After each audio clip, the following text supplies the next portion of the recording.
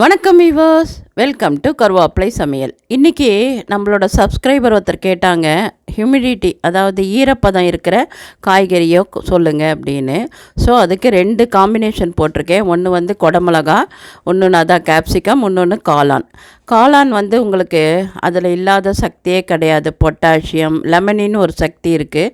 அது வந்து உங்களுக்கு எலும்புக்கு ரொம்ப நல்லது. நம்மளோட பல், ஈறு, தலைமுடி, நெகம் எல்லாம் நல்லா வளர்கிறதுக்கு காளான் வந்து ரொம்ப ஹெல்ப்ஃபுல்லாக இருக்கும். நோய் எதிர்ப்பு சக்தி ஜாஸ்தியாக இருக்குது. விட்டமின் டி இருக்குது. இப்போ இருக்கிற சுச்சுவேஷனுக்கு, இப்போ வீட்டில் குழந்தை எல்லாம் இருக்காங்களே, அவங்களுக்கு எதிர்ப்பு சக்திக்கு இந்த கேப்சிகமும் இந்த காளானும் கூடவே ஒரு சின்ன வெங்காயமும் நீங்கள் சேர்த்துட்டிங்கன்னா சூப்பாகவும் இந்த மாதிரியும் சாப்பிட்டீங்கன்னா இந்த 15 நாள் சூப்பராக இருக்கும். இப்போ நான் என்ன பண்ணியிருக்கேன்னா, எண்ணெய் விட்டு கொஞ்சம் சீரகம், கொஞ்சம் சோம்பு போட்டு, வெங்காயம் போட்டு, மஞ்சப்பொடி போட்டு, உப்பு போட்டு கிளறேன். அதுக்கு வேண்டிய காரமும் போட்டுட்டேன். இப்போ என்னென்ன போட்டிருக்கேன், இந்த காரத்துக்கு பதிலாக நீங்கள் குழந்தைங்களுக்கு பண்ணுறதா இருந்தால் வறுத்து பொடி பண்ணி வச்சுட்ட பெப்பர் போட்டுக்கோங்க. அதை இப்போ போடாமல் கடைசியில் போட்டுக்கோங்க. ஏன்னா பெப்பர் முன்னாடியே போட்டால் கொஞ்சம் கசக்கும். இப்போது கொஞ்சம் பூண்டு போட்டுக்கிறோம்.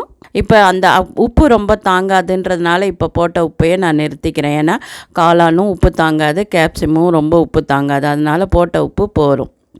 இப்போ நம்ம என்ன பண்ணியிருக்கோம், சீரகம் போட்டிருக்கோம், சோம்பு போட்டிருக்கோம், வெங்காயம் போட்டிருக்கோம்.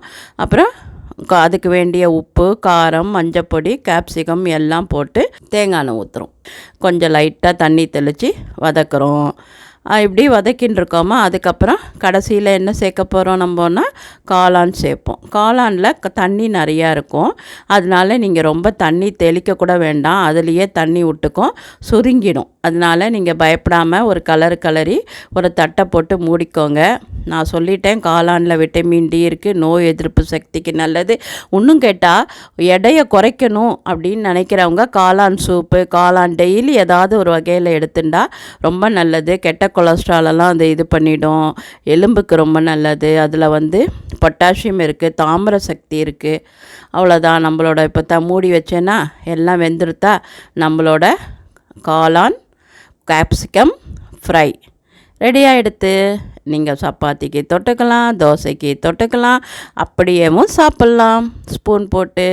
நம்மளோட இந்த டிஷ் வந்து சைட் டிஷ் ரெடியாக எடுத்து நம்ம தோசையோடு தொட்டு சாப்பிட்லாம். அதோடு இந்த கிளைமேட்டுக்கு இதில் விட்டமின் சியும் இருக்குது, எல்லா சக்தியும் இருக்கிறதுனால கண்டிப்பாக இந்த ஈரப்பதம் இருக்கிற இதை 2 நீங்கள் கண்டிப்பாக சாப்பிட்ணும். எல்லோரும் ஆரோக்கியமாக இருக்கணும்.